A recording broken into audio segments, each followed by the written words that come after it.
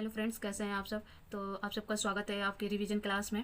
और आज हम करेंगे नेक्स्ट क्लास, अगली क्लास का रिवीजन। इसमें कुछ मैं अन्य क्वेश्चंस भी नोट डाउन करी हूँ, जिसको भी हम साथ साथ में देखते चलेंगे। और चलिए, तो ज़्यादा देरी ना करते हुए और वीडियो को शुरू करते हैं। तो हमारा पहला क्वेश्चन है कि मार्गदर्शन तारा कहा जाता है। मार्गदर्शन तारा किसे कहा जाता है? तो ध्रुव तारा को क्या कहा जाता है? मार्गदर्शन तारा। नेक्स्ट है कि प्रदेश की आयुर्वेद नगरी किसे कहते हैं उत्तर प्रदेश की आयुर्वेद नगरी किसे कहते हैं? झांसी को। ये एक हिंदी का क्वेश्चन आ गया है, क्वेश्चन जिसे देख लें। जैसे संधि का है ये। संधि कितने प्रकार के होते हैं? तो संधि 5 प्रकार के होते हैं: दीर्घ संधि, गुण संधि, स्वर संधि, गुण स्वर संधि, वृद्धि स्वर संधि और यड़ स्वर संधि और अयादि स्वर संधि। तो इसका कुछ ट्रिक है, ये देख लें।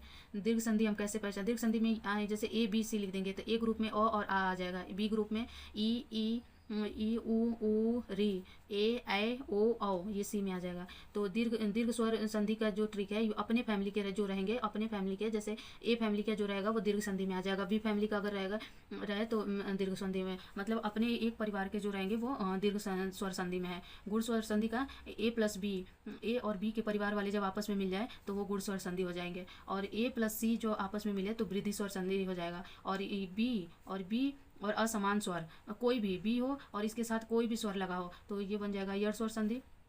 और अयादि का देखें, ये सी ग्रुप हो और सी और प्लस असमान स्वर, जिसके साथ कोई भी स्वर मिले तो अयादि संधि हो जाएगा। आई होप ये एक हिंदी का क्वेश्चन था जो आप लोग को समझ, हिंदी में के संधि का क्वेश्चन था, स्वर संधि के प्रकार में का, तो आप लोग को समझ में आया होगा। तो नेक्स्ट देखें आगे। राष्ट्रमंडल खेल 2026 कौन सा है? 23वां है और इसका कहाँ होगा? ग्लासगो में। और भारत में एक बार हुआ था। कब हुआ था भारत में ये राष्ट्रमंडल खेल? कितनी बार हो चुका है? तो भारत में सिर्फ एक बार हुआ है, वो भी कब हुआ है? 2010 में। कब हुआ है? 2010 में। और इसके शुभंकर क्या थे उस टाइम? सेरा। क्या था शुभंकर इसका? सेरा। आगे देखें नेक्स्ट। शीत महासागर ग्रीन, ये एक ट्रिक है, पहले देखिए। ग्रीन बगुले ने लेबर की आंख और कान में ठंडा केला और बोल्ट क्यों फेंका? ये शीत महासागर होंगे जितने। तो ये ट्रिक है। ग से ग्रीनलैंड, ये क्या है? शीत महासागर। ब से बेंगुएला और ल से लेब्राडोर, अ से ऑकलैंड और क से कनारी, के से कैलिफोर्निया, केला से कैलिफोर्निया, बोल्ट से हम बोल्ट, क्यू से क्यूराइल और फेंका से फॉकलैंड। ये सब क्या है? शीत महासागर है। शीत महासागर कौन? ग्रीनलैंड, बेंगुला, लेब्राडोर, ऑकलैंड, कनारी, कैलिफोर्निया, क्यूराइल, हमबोल्ट और फॉकलैंड। तो ये इसका ट्रिक है। आई होप आपको पसंद आ रहा हो। अगर आपके पास कोई और ट्रिक हो तो आप उससे याद कर लेंगे। नेक्स्ट देखें। वन मैन ऑफिस किसका ऑफिस है? LIC का। इसकी स्थापना कब हुई थी? तो 1956 में। COP30 का आयोजन कब कहाँ होगा? ब्राज़ील में। कब? 29वें। ये किस नंबर का था? 29वें। कब? 2025 में। नेक्स्ट देखें। ये सबसे बड़ा हिमनद कौन सा हिमनद है? सियाचिन है। कितने किलोमीटर है? 70 किलोमीटर। सबसे बड़ा हिमनद कौन सा हिमनद है? सियाचिन। कितने किलोमीटर? 70 किलोमीटर। अगरिया जनजाति लोहासुर को अपना देवता मानती है। अगरिया जनजाति लोहासुर को अपना देवता मानती है। इसका लोहासुर के निवास का धधकती हुई आग में है। जो लोहासुर का निवास स्थान कहाँ है? धधकती हुई आग में। अगरिया जनजाति कहाँ पाई जाती है? तो MP के मंडला और शहडोल जिले में पाई जाती है। अगरिया जनजाति MP के मंडला और शहडोल जिले में पाई जाती है। सतलज नदी हिमालय की सभी श्रेणियों को काटती है। सतलज नदी हिमालय की किन किन श्रेणियों को काटती है? तो सभी श्रेणियों को काटती है। जैसे उत्तर पश्चिम दिशा में बहाव। सतलज नदी का बहाव किस दिशा में है? उत्तर से पश्चिम दिशा में है। उत्तर से पश्चिम दिशा में है। और सिपकिल्ला दर्रा से ये होकर निकलती है। इसका हिमाचल प्रदेश में प्रवेश करती है। सिपकिल्ला दर्रा से होते हुए हिमाचल प्रदेश में प्रवेश करती है। इसकी लंबाई कितनी है? 1500 किलोमीटर। इसकी लंबाई कितनी है? 1500 किलोमीटर। सिपकिल्ला दर्रा की लंबाई कितनी है? 1500 किलोमीटर। नेक्स्ट देखें। तमिलनाडु में मानसून के सामान्य महीने कब होते हैं? नवंबर से दिसंबर होते हैं। तमिलनाडु में मानसून के सामान्य महीने कब बनते हैं? नवंबर से दिसंबर। इसे कौन सा मानसून कहते हैं? लौटता हुआ मानसून। लौटता हुआ मानसून के अगर आ जाए कि किस राज्य में होता है तो तमिलनाडु में। ये इंपॉर्टेंट, इसको मार्क कर लें। नेक्स्ट देखें। नेक्स्ट है कि लीसा चीड़ के वृक्ष से प्राप्त होता है। तो लीसा किससे प्राप्त होता है? तो लीसा एक चीड़ का जो वृक्ष है उससे प्राप्त होता है। UK में पाया जाता है ये। और ये होता क्या है? बिरोजा और तारपीन का तेल प्राप्त किया जाता है। लीसा से क्या करते हैं? बिरोजा और तारपीन का तेल प्राप्त किया जाता है। और इसे कागज़ और पेंट और साबुन का उपयोग भी करते हैं। लीसा का उपयोग किसमें होता है? कागज़, पेंट और साबुन।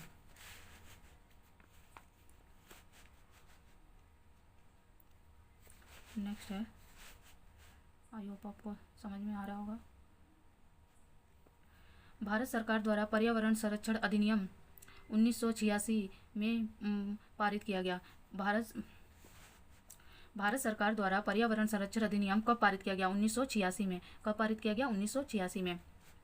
42वां संविधान संशोधन 1976 में लागू हुआ। कब हुआ? 1976 में, जिसे क्या लघु संविधान भी कहते हैं। इस 42वें संविधान में वन एवं वन्य जीव है समवर्ती सूची का ये अंग है। आगे देखिए, ग्रीन वाश इंगित करता है क्या? पर्यावरण संरक्षण के झूठे वादे करना। ग्रीन वाश इंगित करता है क्या? इंगित करता है कि पर्यावरण संरक्षण के झूठे वादे करना। आगे देखें, संविधान निर्माण में कुल कितने महिलाओं ने भाग लिया था? तो इसमें कुल 15 महिलाओं ने भाग लिया था। संविधान निर्माण में कुल कितने महिलाओं ने भाग लिया था? 15 महिलाओं ने, जिसमें एक मुस्लिम महिला थी।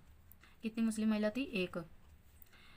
भारत का आधिकारिक दस्तावेज को क्या कहते हैं? तो भारत के आधिकारिक दस्तावेज को श्वेत पत्र कहते हैं। भारत के आधिकारिक दस्तावेज को क्या कहते हैं? श्वेत पत्र। नागरिकता शब्द किसने दिया था? तो अरस्तु ने। सबसे पहले नागरिकता शब्द किसने दिया था? अरस्तु ने। सेनाओं का राजनैतिक प्रमुख कौन होता है? प्रधानमंत्री। सेनाओं का जो राजनीतिक प्रमुख होता है वो कौन होता है? प्रधानमंत्री। संवैधानिक प्रमुख कौन होता है? राष्ट्रपति। राजनीतिक प्रमुख प्रधानमंत्री, संवैधानिक प्रमुख राष्ट्रपति। भारत का सबसे पूर्वी बिंदु कौन से क्या है? तो सबसे पूर्वी बिंदु है किविथू। और भारत का सबसे पश्चिमी बिंदु क्या है? गुहार मोती। सबसे दक्षिणतम बिंदु इंदिरा पॉइंट और सबसे उत्तरी बिंदु इंदिरा कॉल। भारत का सबसे पूर्वी बिंदु क्या है? किविथू। पश्चिमी गुहार मोती, दक्षिणतम इंदिरा पॉइंट, उत्तरी इंदिरा कॉल। ये इंपॉर्टेंट है, इसे मार्क कर लें। नेक्स्ट देखें, राजमार्गों का चौराहा किसे कहते हैं? राजमार्गों का चौराहा किसे कहते हैं? तो झांसी को राजमार्गों का चौराहा कहा जाता है। 3 महासागरों का मिलन बिंदु कहाँ होती है? तो कन्याकुमारी। कन्याकुमारी किस राज्य में है? तमिलनाडु। भारत की सीमा कितनी सीमा भारत की सीमा बांग्लादेश से चीन, पाकिस्तान, नेपाल, म्यांमार, भूटान, अफगानिस्तान, ये कितनी है? 7 है। तो बांग्लादेश, चीन, पाकिस्तान, नेपाल, म्यांमार, भूटान, अफगानिस्तान।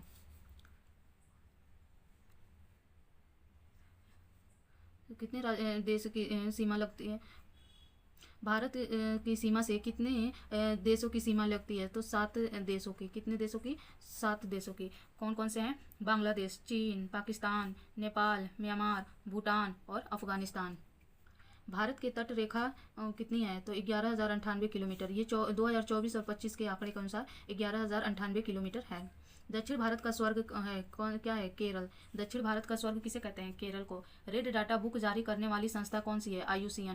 आईयूसीएन के बारे में देख लें। इसकी स्थापना 1948 में हुई थी स्विट्जरलैंड के ग्लैंड में। और इसका वो जो अर्थ सामान्य संरक्षण विशेष है, विशेष सामान्य संरक्षण 1963 ईस्वी में। रेड डाटा आ जाए तो विलुप्त प्राणी से होता है, और पिंक आ जाए तो संकटापन से होता है, और ग्रीन आ जाए तो समान जीव से। जब भी पूछे कि रेड डाटा किससे संबंध है, तो विलुप्त प्राणी, जो प्राणी विलुप्त हो रहे हैं। पिंक आ जाए तो जो संकट में है, और ग्रीन आ जाए तो जो सामान्य जीव है उनसे। आगे देखें,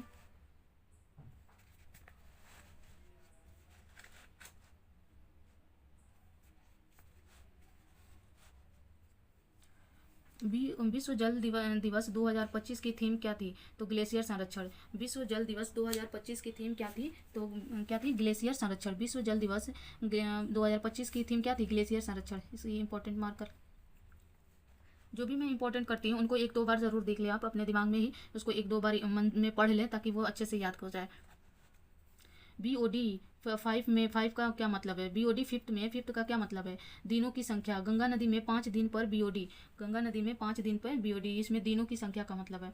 सबसे तेज विकिरण कौन सा है? UVA। सबसे खतरनाक विकिरण कौन सा है? UVC। ऊर्जा के पिरामिड में स्तर 5, कड़ी 4 और गति 4 होते हैं।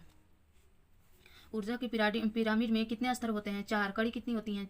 स्तर कितने होते हैं? 5। कड़ी कितनी होती हैं? 4 और गति कितने होते हैं? 4। पूर्व का मोती श्रीलंका को कहते हैं। पूर्व का मोती किसे कहते हैं? श्रीलंका को। ऑपरेशन सिंदूर के तहत भारत ने पाकिस्तान पे हमला किया। ऑपरेशन सिंदूर के तहत क्या हुआ था? भारत ने पाकिस्तान पे हमला किया था। कब? किस दिन? 7 मई को। 7 मई को। और विराम की घोषणा कब हुई थी? 10 मई को। ऑपरेशन सिंदूर के तहत भारत ने पाकिस्तान पे हमला कब किया? किस डेट को किया था? 7 मई को। 7 मई को। और विराम की घोषणा कब हुई थी? 10 मई को। तो दोस्तों, आई होप ये वीडियो आप लोग को पसंद आया हो, और तो पसंद आया हो तो प्लीज़ लाइक एंड सब्सक्राइब करें और अपने दोस्तों में शेयर करें। और अब नेक्स्ट क्लास का रिवीजन अगले क्लास में करेंगे। आई होप ये जो एक छोटा सा मेरा प्रयास हो आप लोग को पसंद आ रहा होगा। अगर आ रहा हो तो प्लीज़ लाइक एंड सब्सक्राइब करें। थैंक यू, धन्यवाद।